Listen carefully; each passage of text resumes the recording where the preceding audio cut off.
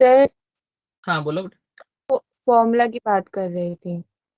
कौन सा फॉर्मूला? आपने ये जो डिस्क्रिमिनेंट में लिखा है उसकी बात, एक मिनट, ट्रिक डिस्क्रिमिनेंट जो ये। आपने लगाई थी। एक मिनट क्यों, कहाँ पे ये बोल रहे हो? और डिटर्मिनेंट। डिटर्मिनेंट डिस्क्रिमिनेंट बोल रहा बल्कि, ये फॉर्मूला कहाँ से है? Yes sir. आप शायद ऐसे निकालते होंगे मेरे हिसाब से। आपको ये पता है कि डिटर्मिनेंट का एक्चुअली में अपना कोई कंसेप्ट नहीं होता है। डिटर्मिनेंट सिर्फ एक कैलकुलेटर होता है। यस। डिटर्मिनेंट चैप्टर सिर्फ अपने आप में एक कैलकुलेटर है। आपको 2 को 5 बार ऐड करने के लिए बोला जाए तो आप ये भी कर सकते हो और आप ये भी कर सकते हो। तो एक्चुअली में आपने जो कंडीशन याद कर रखी होगी, कौन सी वाली याद कर रखी होगी? मेरे हिसाब से शायद वो इस तरीके से कुछ याद कर रखा होगा, alpha square upon something expression और अल्फा अपॉन समथिंग और इक्वल टू 1 अपॉन समथिंग। और यहां से इन दोनों को कंपेयर करके इस कुछ कंडीशंस आती होगी बोथ रूट कॉमन की। ऐसा कुछ याद कर रखा है बोथ रूट यस कॉमन, मतलब वो sorry single one root common की। तो वन रूट कॉमन की जो भी कंडीशन आपने आपको क्लास में कराई है ना, a1 x² plus b1 x plus c equal to 0 और a2 x² plus b2 x plus c2 equal to 0, इसमें एक रूट कॉमन की कुछ कंडीशन लिखवाई होगी क्लास के अंदर। हाँ सर। यस। वो कंडीशन और ये जो शकल है ये हूबहू सेम है। आप इसको ओपन करके देखोगे तो जो लिखवाया है ना उसी के जैसी शकल मिलेगी। तो बस उसी चीज को याद करने का ये दूसरा तरीका है और कुछ भी नहीं है। Yes sir. ठीक है। जैसे हम वो होता है ना, वो लिखते हैं पॉइंट ऑफ कंकरेंसी में याद कर लेते हैं डिटरमिनेंट 0 होता है। तो बस वो एक्सप्रेशन को याद करने का एक दूसरा तरीका है, बाकी कोई डेरिवेशन नहीं है इसका। ठीक है। Yes sir. तो बढ़े पीएनसी की तरफ। अब अगर यस। पीएनसी आपको सीखनी है, ठीक है, तो दो चीजें बहुत इंपॉर्टेंट है। एक तो सुनना पड़ेगा, मतलब बात पहले पूरी दिमाग में बैठे, फिर उसके बाद हम कुछ सोचें। पहले से हमने दिमाग में कुछ बैठा रखा है और हम उसी के बेसिस पे सोचे जा रहे हैं, तो फिर वो समझ में नहीं आएगी। और दूसरी चीज, जो भी क्वेश्चन आप करोगे वो सारे के सारे, चाहे वो मॉड्यूल के हों चाहे आपके कॉपी के हों, उसको अपनी लैंग्वेज में, हिंदी में, इंग्लिश में, उसके एक्सप्लेनेशन लिखने बहुत जरूरी है। कि आपने 6 फैक्टोरियल लिखा है तो किसके लिए लिखा है, 2 फैक्टोरियल लिखा है तो किस चीज के लिए लिखा है। ठीक है। नहीं तो आप जब 2 महीने बाद उनको पढ़ोगे तो आपको फिर कुछ समझ में नहीं आएगा कि कहाँ क्या हो गया। ठीक है। तो कोशिश करते हैं कुछ भी जो पहले सीख रखा हो उसे थोड़ा सा कम यूज करना, बस बस इतना ध्यान रखना। तो पीएनसी में सबसे पहले तो बिल्कुल दो फंडामेंटल प्रिंसिपल हैं। एक है मल्टीप्लिकेशन रूल और एक है एडिशन रूल। पहले इन दोनों को समझते हैं कि क्या होता है। तो एक स्टेशन ए है, एक स्टेशन बी है, एक स्टेशन सी है। ए से बी जाने के 3 रास्ते और बी से सी जाने के 2 रास्ते। मैंने आपको बोला कि आपको ए टू सी जाना है। कहाँ जाना है? ए टू सी। तो कितने तरीके से जा सकते हो? 6। पहले आप छः। ए टू, हाँ, ए से बी जाओगे और फिर बी से कहाँ जाओगे? सी। ए से बी जाने के कितने तरीके हैं? 3। और बी से सी जाने के कितने तरीके हैं? 2। जब तक आपका टास्क कंप्लीट ना हो जाए तब तक बीच में इंटरमीडिएट टास्क में जितने भी ऑप्शंस मिलेंगे वो सब मल्टीप्लाई होंगे। वो सब क्या होंगे? मल्टीप्लाई। तो क्या ए से बी जाने पे ही टास्क पूरा हो गया? क्या नहीं। टास्क मिला था सी तक जाना, तो ए से बी जाने के कितने ऑप्शन? 3। और बी से सी जाने के कितने ऑप्शन? 2। तो ये दोनों मल्टीप्लाई होंगे, ऐड नहीं होंगे। क्लियर है? तो कितना आंसर आएगा? 6 वेज आएगा।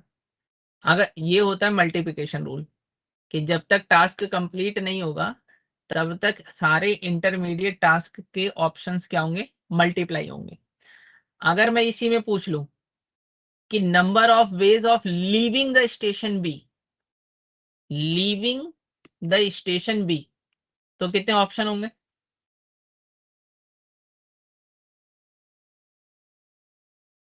आप स्टेशन बी पे 5 बैठे हो और आपको स्टेशन बी छोड़ना है बस, 2 5 तरीके होंगे। आप बी से ए पे भी जा सकते हो और आप बी से सी भी जा सकते हो। क्या जब आप बी से ए गए आपका जो टास्क दिया गया था वो पूरा हो गया? बिल्कुल हो गया, बी यस सर स्टेशन तो छूट गया। तो ये कितने ऑप्शन थे? 3। बी से सी जाने पे 2 ऑप्शन थे, तब भी टास्क पूरा हो गया। तो जब टास्क कंप्लीट हो जाते हैं तब जो ऑप्शंस होते हैं उनको किया जाता है ऐड। तो ये चीज समझ में आ गई कि एडिशन रूल कौन सा होता है और मल्टीप्लिकेशन रूल कौन सा होता है। यस सर अब बात करते हैं थोड़ा सा, हो सकता है कि आज की क्लास में थोड़े से फंडामेंटल टाइप के क्वेश्चन आपको नजर आए, लेकिन वो फंडामेंटल जब तक क्लियर नहीं होंगे तब तक फिर वो बनेगा नहीं आगे मामला। तो मान लीजिए ये कोई पिक्चर रोल है और ये स्क्रीन है और इसमें 5 गेट लगे हुए हैं,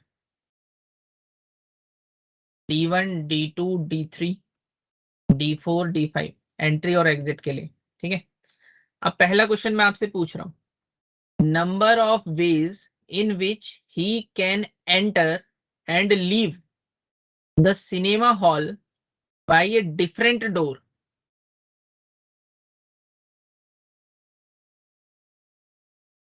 लिखूं क्या? Number of ways in which sir 20 20। Yes yes sir सबका 20 आ रहा यस सर। है? ठीक है, तो अगर डिफरेंट डोर से एंटर करना है और डिफरेंट से एग्जिट करना है तो अंदर घुसने के लिए कितने रास्ते हैं आपके पास? 5। जिस एक भी डोर से आप घुसे, मान लो D4 से घुसे, तो अब वो बाहर जाने का रास्ता नहीं है, तो अब बाहर जाने के कितने रास्ते हैं? 4। तो कितने हो गए? 20। टास्क कब कंप्लीट होगा? जब आप अंदर से बाहर निकल जाओगे, तो बीच में जितने ऑप्शन आए उनके बीच में कौन सा साइन आ रहा है? मल्टीप्लीकेशन का। किसका साइन आ रहा है? मल्टीप्लीकेशन का। अगर मैं बोलूं ही can enter and leave by any door, तो आंसर कितना हो जाएगा? 25 25। 25 5 into 5। He can enter bye D1 D2 और leave from D5 D4 D3, तो कितने ऑप्शन होंगे? 6 फिक्स। 2 से घुसेंगे और 3 से बाहर निकलेंगे, और जब तक निकलेंगे नहीं तब तक टास्क पूरा नहीं हुआ, तो 6। क्लियर है? 3 digit number using the digits 1 2 3 4 5। जितने भी क्वेश्चन हम ओरली एक्सप्लेन कर रहे हैं उसमें अगर किसी को भी डाउट हो तो तुरंत पूछ लीजिएगा। ठीक है, 3 digit number using the digits 1 2 3 4 5, बताइए।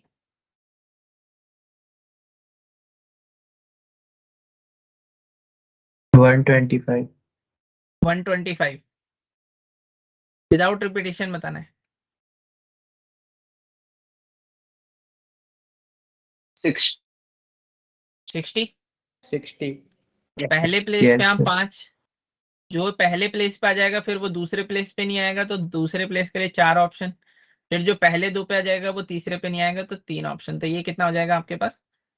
60 ऑप्शन। क्लियर है? यहां तक का मुझे लगता है आपको बेसिक बेसिक सब आता है। 10 ट्रू फॉल्स क्वेश्चन है, 10 ट्रू फॉल्स क्वेश्चन।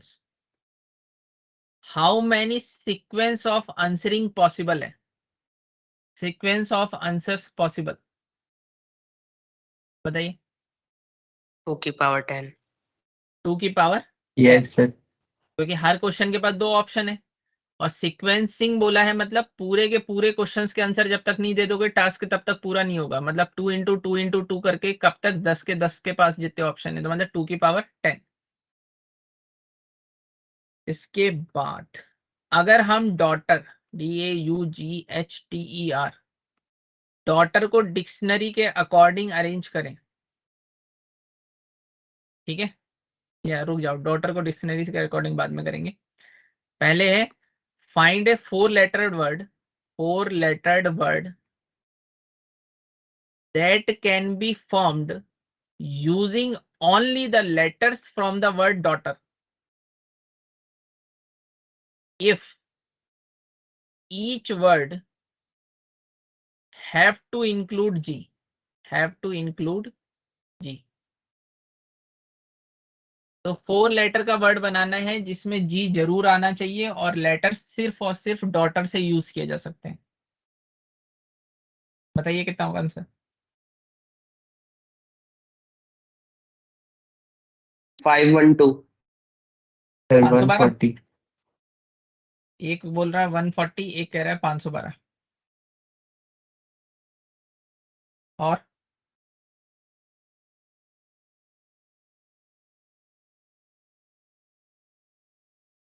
सर 240 240। और कोई? Sir, word repeat हो सकता है? नहीं, लेटर रिपीट नहीं होगा, 200 लेटर रिपीटेशन अलाउ नहीं है। और बताइए। सर 200 यही कितना? 210 210 210। और कोई? यहीं से गड़बड़ शुरू है। देखो, 480 840 840, 480। ठीक है, तो करेक्ट आंसर आ चुका है। ठीक है, इंक्लूड करना है जी को। कितने लेटर का वर्ड है? 4।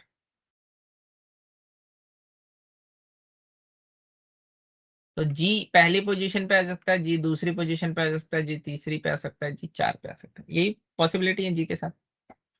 कितने लेटर्स हैं इसके अंदर? 1 2 3 4 5 6 7 8। 8 में से जी तो यूज हो चुका है, तो बचे कितने? 7। अब इस प्लेस के लिए कितने ऑप्शन है? 7। इसके लिए 6, इसके लिए 5। सेम काम यहाँ पर भी 6 7 6 5। सेम काम यहाँ पर भी 7 6 5। सेम काम यहाँ पर भी 7 6 5। तो 6 7 42, 42 पंजे कितना होता है? 210। तो हर केस में 210 बनेगा, तो 210 इंटू 4। अभी तक मैंने आपको पी और सी का यूज करना नहीं बोला है, ठीक है? अभी हम सिर्फ कॉमन सेंस यूज कर रहे हैं। एक तरीका तो ये हो सकता था, एक तरीका क्या हो सकता था कि पहले सर आप आंख बंद करके भर दो। तो 8 लेटर थे, तो 8 7 6 5, ये टोटल वर्ड्स पॉसिबल हैं उन लेटर से। अब इनमें से वो हटा दो जब जी नहीं आया हो, तो जी को ऑप्शन से ही हटा देते हैं। तो जी को अगर ऑप्शन से हटा दिया जाए तो कितने बढ़े? 7 ही लेटर बने। तो 7 6 5 4। तो 7 6 5, ये तो कॉमन आ गया। कितना बचा? 8 माइनस 4। तो 6 पंजे 30 और 7 210 इंटू 4 840। तो ये है टोटल माइनस नॉन इंटरेस्टिंग। तो ये एक टेक्निक है, ठीक है? This is one of the method कि आप टोटल में से नॉन फेवरेबल या नॉन इंटरेस्टिंग को क्या करते हो? हटा देते हो इंटरेस्टिंग काउंट करने के लिए। क्लियर है? तो पहला मेथड हमने सीखा है ये वाला। क्लियर है? समझ में आ गया यहां तक? Yes, sir. अब इसके बाद अगला क्वेश्चन है, find the number of words that can be formed from the letters of the word miracle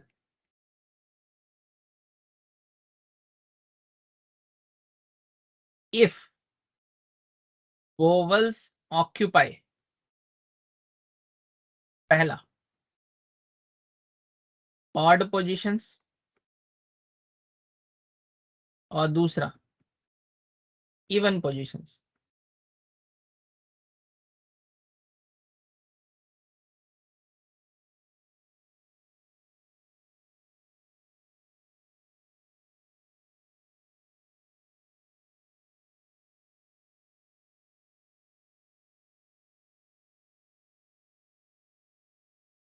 sir एक बार क्वेश्चन रिपीट कर दीजिएगा। आपको बनाने हैं find the number of words that can be formed from the letters of the word miracle if bubbles occupy. पहला option odd position, दूसरा option even position, मतलब सारे के सारे लेटर यूज करने हैं। 7 ओके लेटर वर्ड ही बनाना है। Okay sir. हम्म,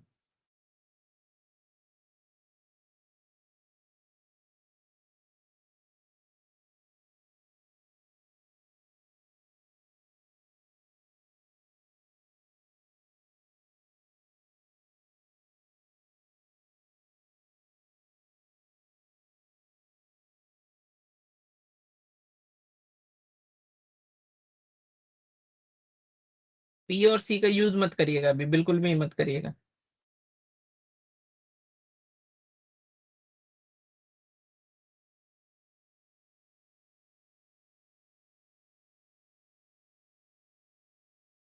और जिसका कभी आंसर गलत आए तो वो उस आंसर पे ये भी सोचिएगा कि इसमें क्या गलती हुई है। जब तक क्या गलती हुई है ये नहीं ढूंढेंगे तब तक हम सीख नहीं पाएंगे इस चैप्टर को। लिखने के लिए 2-3 ही लाइन रहती है इसमें, सोचना ही है बस सारा।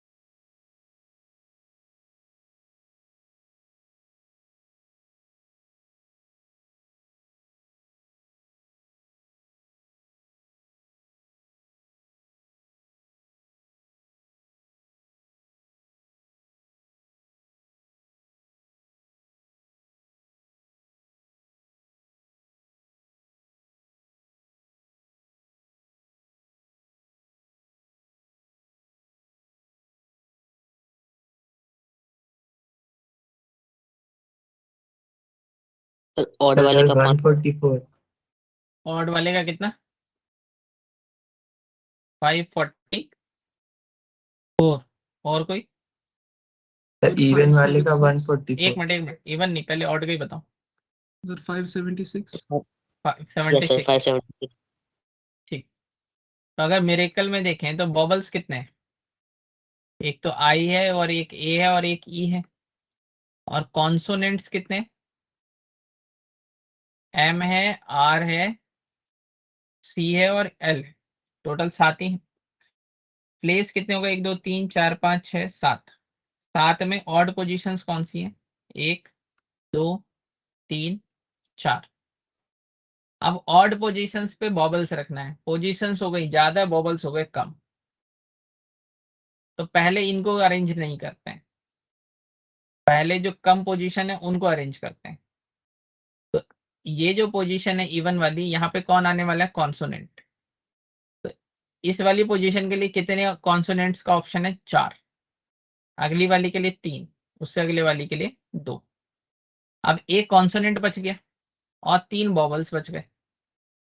तो जाहिर सी बात है जब पहले पोजीशन 4 थी तो 4 में 3 ही पे बॉबल रखना था, एक पोजीशन खाली तो रहती नहीं, उसमें कौन भरेगा? कॉन्सोनेंट। अब हमारे पास हो चुका है कि एक बचा हुआ कॉन्सोनेंट है और 3 बॉबल्स हैं।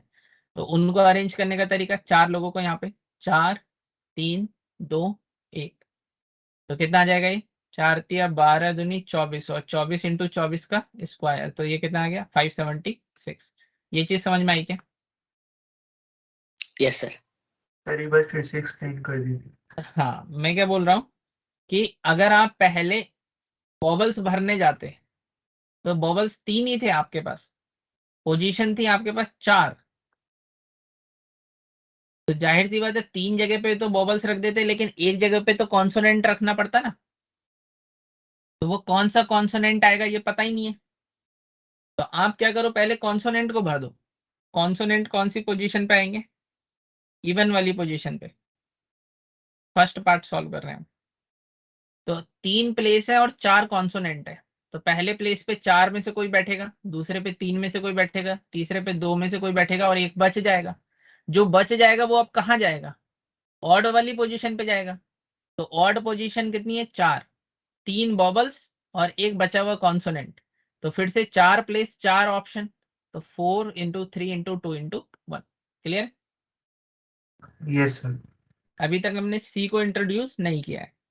अब सी को इंट्रोड्यूस करें अगर, तो एनसीआर ये बोलता है and different things, and different things में से आर को सेलेक्ट करने का तरीका, आर को सेलेक्ट करने का तरीका।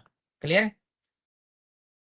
और एनपीआर बोलता है एन थिंग्स में से आर को अरेंज करने का तरीका। ठीक है?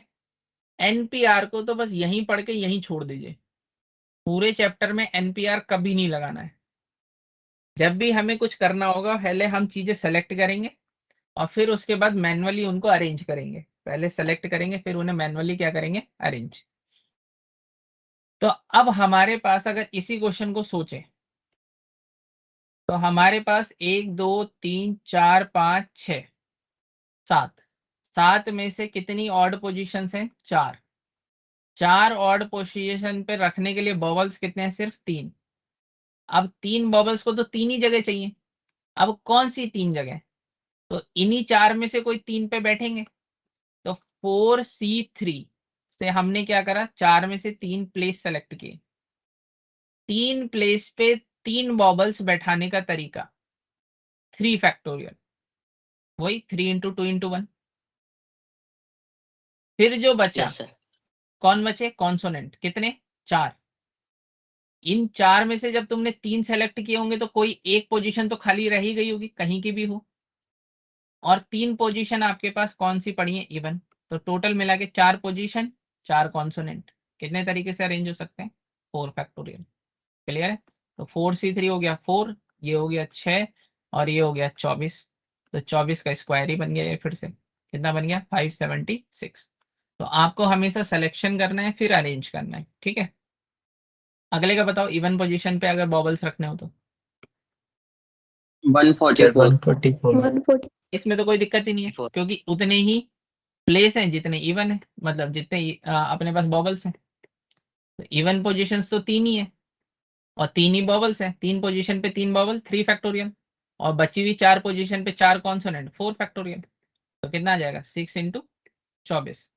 तो कितना आ गया ये? 144। यहाँ तक क्लियर है क्या? Yes sir. अब इसके बाद अगर मैं बोलूं there are m monkeys and n available masters, and available masters, in how many ways monkey can be given to the masters if a master can train any number of monkeys? Sir एक बार question और दोबारा repeat बोलोगे? कर दीजिए। There हाँ are m monkeys and available masters, in how many ways monkeys can be given to the masters if a masters can teach any number of monkeys? कितने तरीके से मंकियों को मास्टर्स में डिस्ट्रीब्यूट किया जा सकता है अगर एक मास्टर कितने भी नंबर ऑफ मंकीज को ट्रेन करने के लिए कैपेबल है?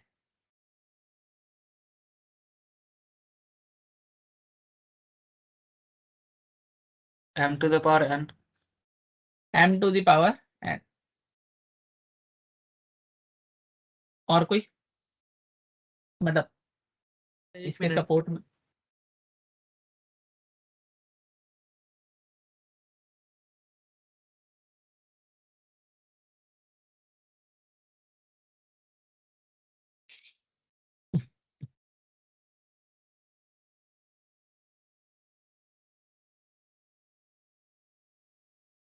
Sir, n raised to power n.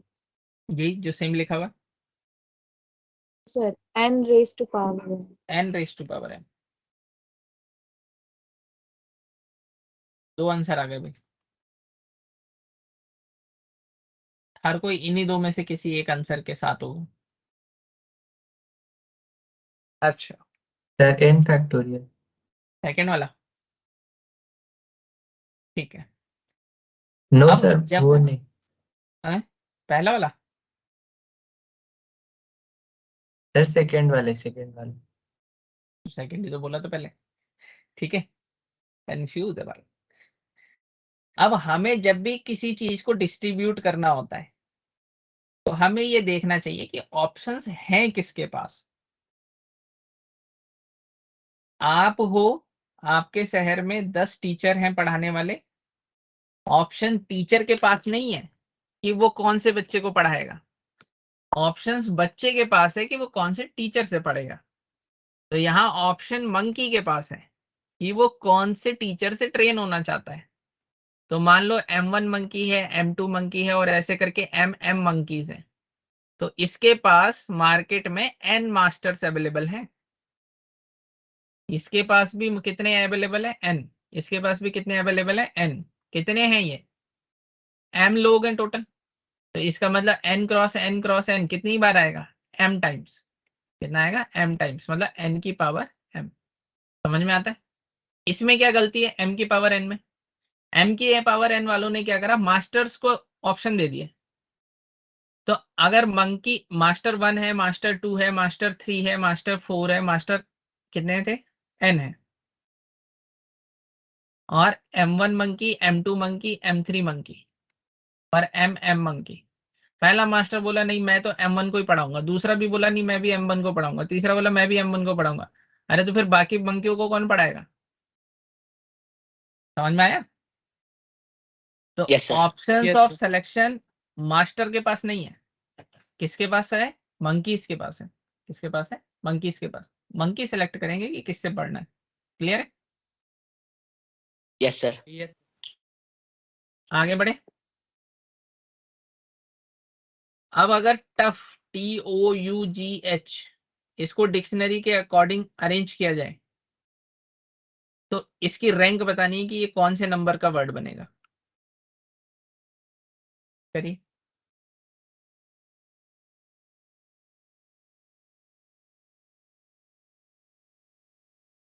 तो एक बार ये क्वेश्चन बता दीजिए, कौन सा वाला, इसके ये डिक्शनरी वाले जो क्वेश्चन होते हैं। हाँ अभी बताते हैं, बस अगर कोई जवाब दे दे तो बढ़िया है। 2 मिनट बस रुको, फिर बताते हैं।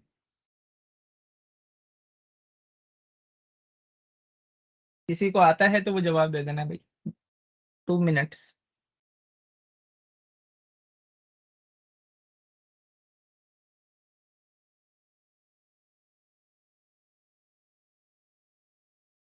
पीएनसी में सही आंसर निकालना इंपॉर्टेंट है और गलत क्यों गलत है ये उससे भी ज्यादा इंपॉर्टेंट है। तो अगर आपके मन में कभी भी कोई क्वेश्चन करते समय कुछ और ऑप्शन आए कि सर ये हो सकता है क्या, तो उसको जरूर डिस्कस करिएगा।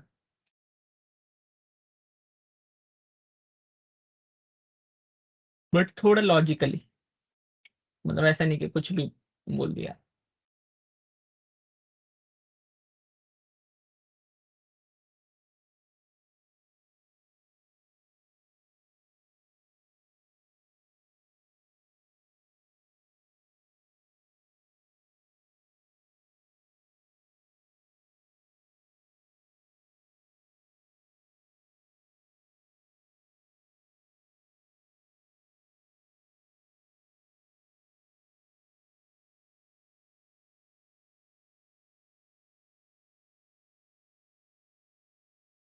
Sir, 89th. 89 करेक्ट। अब डिस्कस कर लेते हैं। Yes, sir.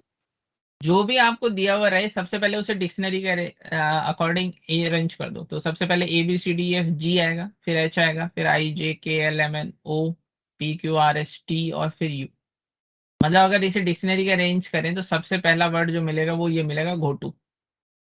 समझ में आता है क्या। Yes, sir. अब जब तक ये चीज समझ में आई क्या कि सबसे पहला वर्ड ये मिलेगा तुम्हें डिक्शनरी में, अगर डिक्शनरी में सिर्फ 5 ही लेटर यूज हो रहे हैं तो। Yes, sir. Yes, sir. ठीक है। अब जी के बाद डिक्शनरी कैसे चलती है, जब तक जी के सारे वर्ड कंप्लीट नहीं हो जाएंगे तब तक उसके आगे एच वाले वर्ड स्टार्ट नहीं होंगे, फिर जब तक एच के सारे नहीं हो जाएंगे जब तक फिर ओ के स्टार्ट नहीं होंगे। इस टाइप से चलती है। तो पहली पोजीशन पे पहले कौन है, 5 लेटर नहीं, हाँ, तो पहली पोजीशन पे जी है। तो जब तक जी के सारे लेटर अरेंज नहीं हो जाते वर्ड, तो 4 पोजीशन बची हैं खाली, और इन पे बचे हुए 4 अल्फाबेट्स, तो कितने तरीके से अरेंज हो सकते हैं, 4 फैक्टोरियल, मतलब 24 तरीके से। जी के सारे Yes, वर्ड sir. कंप्लीट हो गए अब, जो जी से स्टार्ट हो रहे थे। हमें जी से चाहिए ही नहीं, हमें तो टी से चाहिए। तो जी के बाद किसका नंबर आएगा, एच का। तो एच के भी 4 फैक्टोरियल से अरेंज हो जाएंगे, तो 24। फिर एच के बाद नंबर आएगा ओ का, ओ के भी 4 फैक्टोरियल से अरेंज हो जाएंगे, तो 24। अब रुकना, टी आ गया। अब टी के सारे खत, कोई जरूरी थोड़ी कि एक टी का लास्ट वाला ही वर्ड हो, ये तो टी के वर्ड्स में कहीं बीच में मिलेगा। तो अब टी के वर्ड जब बनाना शुरू करेंगे, तो सबसे पहले टी के बाद कौन आएगा, टी कट गया, अब कौन आएगा, स्टार्टिंग किससे होगी, जी से, फिर से जी से होगी। तो टी के बाद कौन आएगा, जी, बट हमें टी के बाद कौन चाहिए, ओ। तो पहले जी के सारे वर्ड बन जाने दो, 3 फैक्टोरियल। फिर जी के बाद कौन आएगा, एच, एच के भी सारे वर्ड बन जाने दो। फिर एच के बाद कौन आएगा, ओ, और हमको भी कौन चाहिए, ओ, तो ओ को रख लिया। अब ओ के सारे वर्ड बंद बना देना, ओ भी अपने को मिल गया। अब ओ के बाद कौन आएगा हमारा, दोबारा से डिक्शनरी में जी आएगा। तो हमें तो जी नहीं चाहिए, हमें तो यू चाहिए, तो जी के सारे वर्ड बना दो, 2 फैक्टोरियल। फिर टी ओ, फिर एच आएगा, एच भी नहीं चाहिए, 2 फैक्टोरियल। फिर टी ओ, जी खत्म, एच खत्म, ओ टी तो पहले कट गया, यू, अब यू आ गया, यू हमें चाहिए, बिल्कुल सही बात है। तो यू हमें मिल गया। अब यू के बाद डिक्शनरी में इसे अरेंज करेंगे, तो कौन दिखेगा पहला वर्ड, जी, और फिर जी तो हमें चाहिए था, तो जी भी हो गया, और एच, फिर एच भी हमको चाहिए, तो ये भी एक रैंक है। तो कितना हो गया यहाँ पे, 4 और 4, तो 24 दिया कितना हो जाता है, 72। 72 और 6 कितना हो गया, 78। 78 और 6 कितना हो गया, 86। 84, 84 और 8 कितना हो गया, 92. और 90 है, ज्यादा सर हो टू गया क्या? फैक्टोरियल 4 अच्छा, लिख 2 दो आप। फैक्टोरियल तो 2 ही होता है। Yes, sir. तो यहाँ कहाँ तक आ गए थे, 72, 78, 84, 84 और 5, 89। तो Yes. 89th रैंक आ गई इसकी, समझ में आया क्या? जी sir. Yes, sir. Yes. अब कर लेंगे सर अगर इसके, रिपीटेड लेटर होंगे तो वो तो बताएंगे ना अभी, वो तो चैप्टर जैसे जैसे आगे बढ़ेगा वैसे वैसे बताएंगे। अब अगर हम बोलें कि 10 सब्जेक्ट्स हैं, ठीक है, are to be arranged in a date sheet या रजिस्टर जो भी है, then find the number of possible date sheets in which maths is always above the physics। आपके पास 10 सब्जेक्ट है, उनमें से 2 तो हमें पता है मैथ्स और फिजिक्स है, बाकी 8 कोई सब्जेक्ट हैं, ठीक है, और 10 सब्जेक्ट को अरेंज करना है रजिस्टर के अंदर अलग अलग तरीके से। किसी ने मैथ्स पहले लिखा, किसी ने फिजिक्स बाद में लिखा, किसी ने केमिस्ट्री लिखा, किसी ने मैथ्स केमिस्ट्री फिजिक्स ऐसे करके कुछ कुछ लिखा। तो वो सारे पॉसिबल अरेंजमेंट में ये बताना है कि कितनी बार मैथ्स फिजिक्स से पहले आ गई है।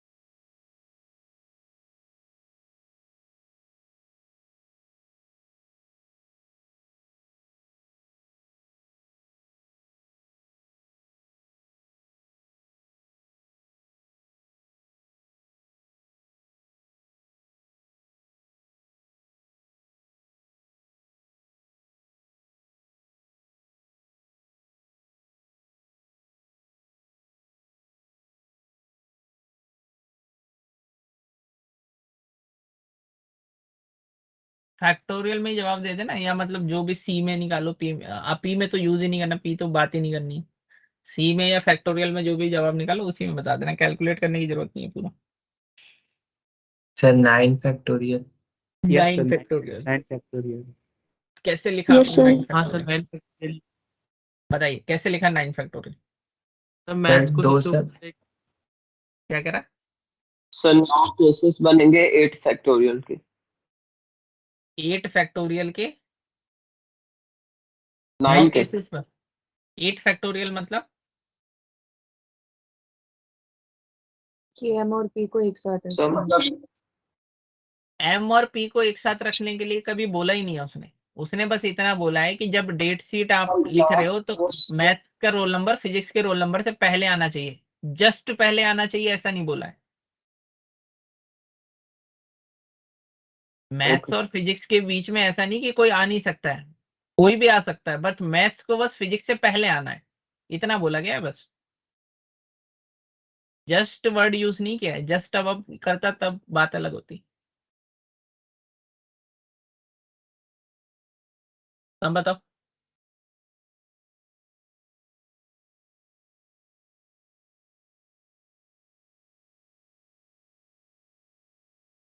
तो 9 सर 9 फैक्टोरियल भी गलत। फैक्टोरियल प्लस 8 9 फैक्टोरियल, बोलो बोलो 9 9 factorial plus 8 into 8 factorial plus 8 into 7 factorial, ऐसे करते हैं। 9 factorial plus 9 into 8 factorial, 8 into 8 factorial 8 into 8 factorial, और प्लस फिर 8 7 इंटू इंटू 8 इंटू 7 फैक्टोरियल। अच्छा, ये क्या किया वैसे?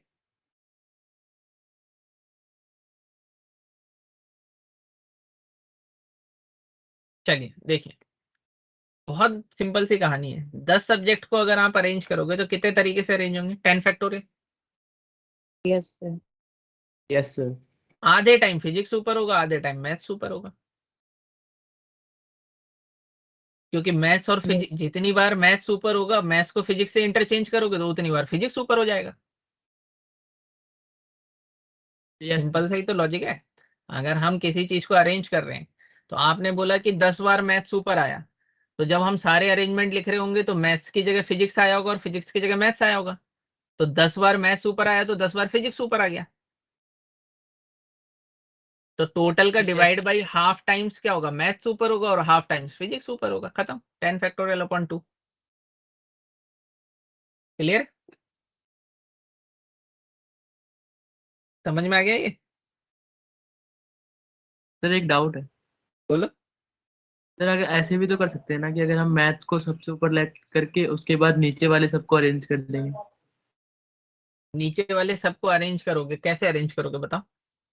तो जैसे सर 9 प्लेसेस बचेंगे तो फिर 9 फैक्टोरियल की तरह अरेंज कर देंगे। चलो, आपने मैथ्स को पहली पोजीशन दे दी और नीचे 9 यस। सब्जेक्ट बचे, उन्हें 9 फैक्टोरियल दे दिया। हाँ सर। अब बताओ, मैथ्स को फिर दूसरी पोजीशन दी, यस सर, मैंने भी ऐसे ही किया था। तो फिर मैथ्स को हाँ दूसरी सर। पोजीशन दी तो फिर क्या है? सर ऊपर 8 8 तो रख सकते हैं। ऊपर 8 रख सकते हैं, यस हाँ सर। सर। और नीचे नीचे फिर 8 7 3 2। ठीक है। यस हाँ सर, हाँ, ऐसे ही किया। ठीक ठीक ठीक ठीक, ये भी वही आएगा फिर, इसका सम भी यही आएगा। अगर आप यस। निकालेंगे ना तो कैलकुलेटर से निकालेंगे तो यही आएगा, ठीक है। But it just common sense कि जो भी चीज ऊपर आएगी वो इक्वल नंबर ऑफ टाइम्स आएगी, ठीक है। तो इसका आंसर और यस। इसका आंसर बिल्कुल सेम आएगा, ठीक है। बट ये आप ऐसे ही बोल सकते हैं और उसके लिए तो आपने बहुत मेहनत लगा दी, ठीक है, नो प्रॉब्लम। अगर आपके पास एक ताला है जिसमें ABCD लिखे हुए हैं और 4 रिंग्स हैं, तो कितने तरीके से आप से ये ताला नहीं खुलेगा? अल्फाबेटिक लॉक देखा है ना, साइक्लो में आता है।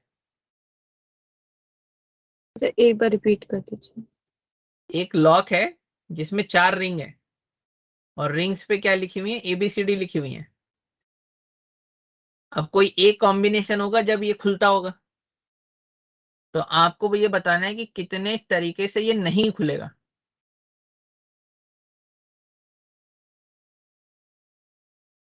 हर रिंग पे A से लेके Z तक की वो लिखी हुई है अल्फाबेट्स, 26 की पावर 4 -1। ठीक है। इस रिंग पे जैसे ये पोजीशन है, मान लो तो इस पोजीशन पे कौन सा अल्फाबेट रुकेगा? एक रिंग के अंदर कितने अल्फाबेट होंगे? 26। तो 26 ऑप्शन है, 26 में से कोई सा भी अल्फाबेट आप इसे एरो के नीचे टिका सकते हो। ऐसे ही इसके पास भी 26 ऑप्शन, इसके पास भी 26, इसके पास भी 26। तो टोटल 26 की पावर 4 ऑप्शन है, उसमें से एक तरीका होगा जो सही होगा और बाकी सब गलत होंगे। तो 26 की पावर 4 माइनस 1। क्लियर है यहाँ तक? Yes sir. Yes sir. ठीक है। इसका जो मैथमेटिकल वाला पोर्शन है जिसमें वो नंबर ऑफ प्राइम फैक्टर्स में से वो निकालते हैं, क्या कहते हैं, नंबर ऑफ साइफर्स, और ये डिटर्म वो वाला मेथड बाद में करेंगे, मतलब कैलकुलेशन वाला पार्ट बाद में करेंगे, पहले कंसेप्ट वाला पार्ट कर लेते हैं। अब बोलोगे तो मैं बता भी देता हूँ, ऐसा कुछ बड़ी बात नहीं। ऐसा कुछ कर रखा है क्या? 100 फैक्टोरियल इक्वल टू 2 की पावर m इंटू आई, और i इज ऑड इंटीजर, तो m की वैल्यू फाइंड आउट करनी है। ऐसा कुछ किया है? नहीं सर। No, sir. अच्छा, किया नहीं है? नो ओके ओके ओके, ठीक है, फिर तो डिस्कस कर लेते हैं। चलिए, जैसे ये क्या है कि मान लो 100 फैक्टोरियल आप लिख रहे हैं, तो 100 फैक्टोरियल आपने लिखा तो क्या लिखोगे आप? 100 इंटू 99 इंटू 98 इंटू 97 इंटू 96, और ऐसे करते करते लिखोगे 4321। और इसमें से आपसे बोला जा रहा है कि 2 की पावर बाहर निकालो, तो हर अल्टरनेट नंबर इवन नंबर है। यस तो Yes, 100 में से कितने इवन हुए? 50। हर नंबर में से Yes, एक sir. बार 2 बाहर आ जाएगा क्या? एक बार तो आ ही जाएगा ना। तो 2 की पावर 50 बाहर हो गया। अब बचा कौन? सुनना ध्यान से। 100 तो कन्वर्ट हो गया किसमें? 50 में। 98 कन्वर्ट हो गया किसमें? 49 में। 96 कन्वर्ट हो गया किसमें? 48 में। और ऐसे ही करते करते 4 कन्वर्ट हो गया 2 में, और 2 कन्वर्ट हो गया 1 में। और जो ऑड पोजीशन वाले थे वो तो मल्टीप्लाई होके ऑड ही नंबर बनाएंगे, तो उनका कुछ आ जाएगा इधर ऑड इंटीजर मल्टीप्लाई होके। अब ऑड इंटीजर में तो 2 का फैक्टर है नहीं, तो हमारे इंटरेस्ट का ये टॉपिक भी नहीं है। अब इसमें से फिर से 2 निकालने की कोशिश है, तो फिर से जितने इवन वाले नंबर्स होंगे, इवन प्लेस वाले, वो फिर एक एक 2 देने की कैपेबिलिटी रखते होंगे। तो फिर से बाहर निकालोगे तो 50 का आधा कितना होगा? 25। Yes sir. तो फिर क्या हो जाएगा इन नंबर्स का? 50 का बन जाएगा 25, 48 का बन जाएगा 24, ऐसे ही पीछे 46 का बनेगा 23, और इधर 2 का बनेगा 1। और जो ये 49, 47 और ये 1 बचे, ये फिर से मल्टीप्लाई होके एक ऑड नंबर, और पहले से भी एक ऑड नंबर, तो एक नया ऑड नंबर मिल जाएगा। क्लियर?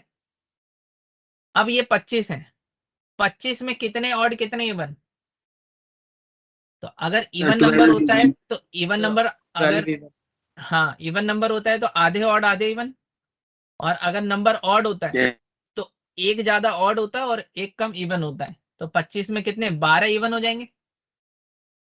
Yes, तो sir. अब आप कितने बार बाहर निकाल सकते हो? 2। 12 बार। कितनी बार बाहर निकाल सकते हो? 12 बार। तो जब 12 बार बाहर निकालोगे तो ये 2 होगा तो कितना हो जाएगा? 12।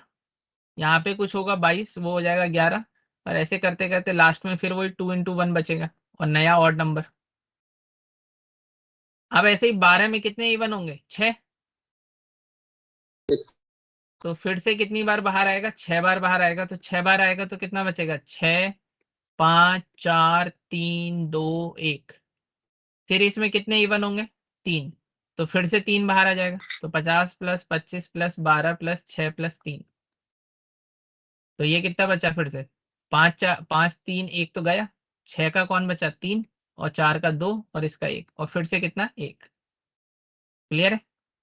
तो ये देखो, ऐसा नहीं लग रहा है कि जितना फैक्टोरियल दिया हुआ था उसका आधा, फिर उसका आधा, फिर उसका आधा, फिर उसका आधा, और फिर उसका आधा, और फिर उसका आधा, ऐसे ही लग रहा है। तो Yes, sir. टोटल 2 की इतनी पावर ही बाहर आ सकती है। तो यस अगर सर। इन्हें ऐड करें तो कितना हो जाएगा? 4, 10, 10, 10 और 35, 35 और 97, 2 की पावर 97 आ गया। तो m की वैल्यू कितनी आ गई? 97। लेकिन ये ऐसे करना नहीं है। अब करना कैसे है? अब एक नंबर सोचना, कोई नंबर, जैसे मैं बोलूं इसको सोचो आप, ये 4 को जब पहली बार 2 बाहर लिया था तो 4 किस में कन्वर्ट हो गया था, 2 में। जब दूसरी बार 2 यस सर। बाहर लिया तो 4 कन्वर्ट होके ऑड नंबर बन गया और ऑड नंबर बनते ही बाहर फेंक दिया गया। इसका मतलब इस लिस्ट में हर नंबर उतने ही स्टेप टिका है जितने की उसके अंदर 2 के फैक्टर हैं। ये चीज समझ में आती है?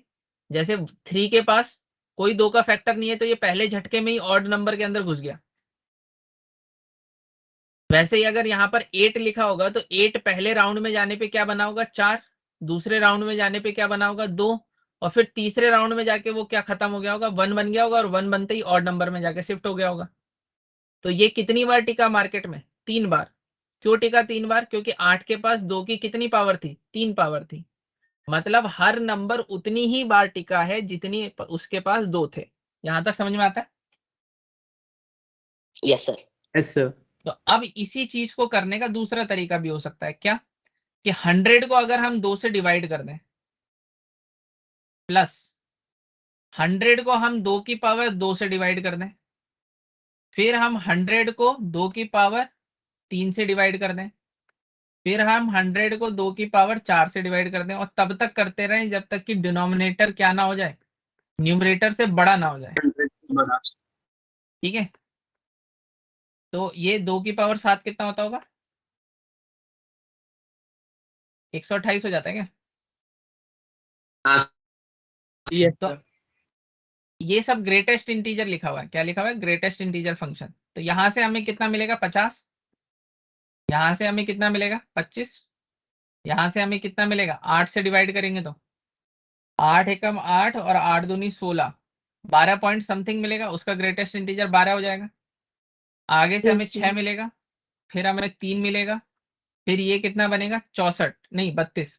32 से कितना मिलेगा, नहीं 32 तो नहीं, 64 ही हुआ ना। 64 से तो कितना मिलेगा, 1 ही मिलेगा, और 128 से कितना मिलेगा, 0। तो यही नंबर तो एक्चुअली में हम यहाँ पे भी काउंट कर रहे थे। 2 की पावर 6 क्यों कर रही है पूछी? हैं? 2 की पावर 6 क्या, 64 हुआ ना 2 की पावर 6। Yes sir. तो 64 को से डिवाइड करोगे 100 को तो 1 पॉइंट समथिंग आएगा ना, तो 1 तो आएगा ना। Yes sir. तो अब Yes, sir. एक्चुअली में ये कैलकुलेशन और ये कैलकुलेशन बिल्कुल सेम है। अब दोनों का पीछे का मैकेनिज्म समझते हैं। इसके मैकेनिज्म तो हम समझ चुके हैं कि कोई नंबर उतनी बार टिकेगा जितनी बार क्या होगा, वो 2 कैरी करेगा। यहां पर भी सेम काम है। पहली बार जब तुमने 2 से डिवाइड किया तो तुमने वो 50 नंबर गिन लिए जिनके पास कम से कम एक 2 था। कम से कम क्या था, एक 2। तो वो ये नंबर थे, देखो ये सारे नंबर, क्योंकि इनके पास एक एक 2 था ना, तभी तो ये आए थे। Yes sir. अगली बार आपने वो नंबर गिने जिनके पास 4 था। जिनके पास क्या था, 4, 2 की पावर 2 थी। फिर अगली बार आपने वो नंबर गिने जिनके पास 2 की पावर 3 थी। तो जिसके पास 2 की पावर 3 थी वो नंबर 2 की पावर 1 में भी गिना गया होगा, 2 की पावर 2 में भी गिना गया होगा, और 2 की पावर 3 में भी गिना गया होगा। तो वो 3 बार गिना गया, गिनना भी उसको 3 ही बार था। 2 की पावर 4 में 2 की पावर 3 वाला नंबर गिना जाएगा क्या? कभी भी नहीं गिना जाएगा। 8 थोड़ी गिना जाएगा इसमें, 8 तो 16 से डिवाइड ही नहीं होता। तो समझ में आ रहा है कि किस तरीके से नंबर काउंट हो रहे हैं। तो जब यस भी सर। आपसे बोले किसी भी फैक्टोरियल, मान लो 200 फैक्टोरियल दे दिया और कोई प्राइम नंबर दे दिया, प्राइम नंबर के लिए ही काम आता है, ऐसा नहीं कंपोजिट नंबर में लगा दो। किसी ने बोला कि 5 की कितनी पावर होगी इसमें, तो 200/5 ग्रेटेस्ट इंटीजर, 200/5 के स्क्वायर का ग्रेटेस्ट इंटीजर, 200/5 के क्यूब का ग्रेटेस्ट इंटीजर, और 200/5 की पावर 4 का ग्रेटेस्ट इंटीजर। जब तक करते रहना है जब तक कि डिनोमिनेटर न्यूमरेटर से बड़ा ना हो जाए। इसकी जो भी वैल्यू आएगी उतनी ही पावर्स होंगी किसके अंदर, 200 फैक्टोरियल के अंदर 5 की। समझ में आ गया? तो किसी भी प्राइम नंबर, चाहे 2 की, चाहे 4 की, वो 2 की, चाहे 3 की, चाहे 5 की, चाहे 7 की, किसी की भी निकालनी हो तो आप इस तरीके से निकाल सकते हैं। समझ में आया? Yes sir. यस। ठीक है। तो अब इसके आगे का डिस्कशन अगली क्लास में करेंगे, अगली क्लास में फुल पीएनसी पढ़ेंगे, ठीक है। Yes. Okay sir, thank you जैसे सर। कि एक दो लेक्चर में पीएन मतलब 2 तो नहीं, कम से कम 2 से 3 लेक्चर लग जाते हैं। पीएनसी आपको मतलब समझा दी जाए, ठीक है। चलिए, bye bye, take care. Thank you Thank sir. you, sir. Sir. Thank you sir. Okay, sir sir, दोनों क्लास PDF की कर पीडीएफ दो। सेंड। हाँ कर देंगे। Thank you sir. ओके।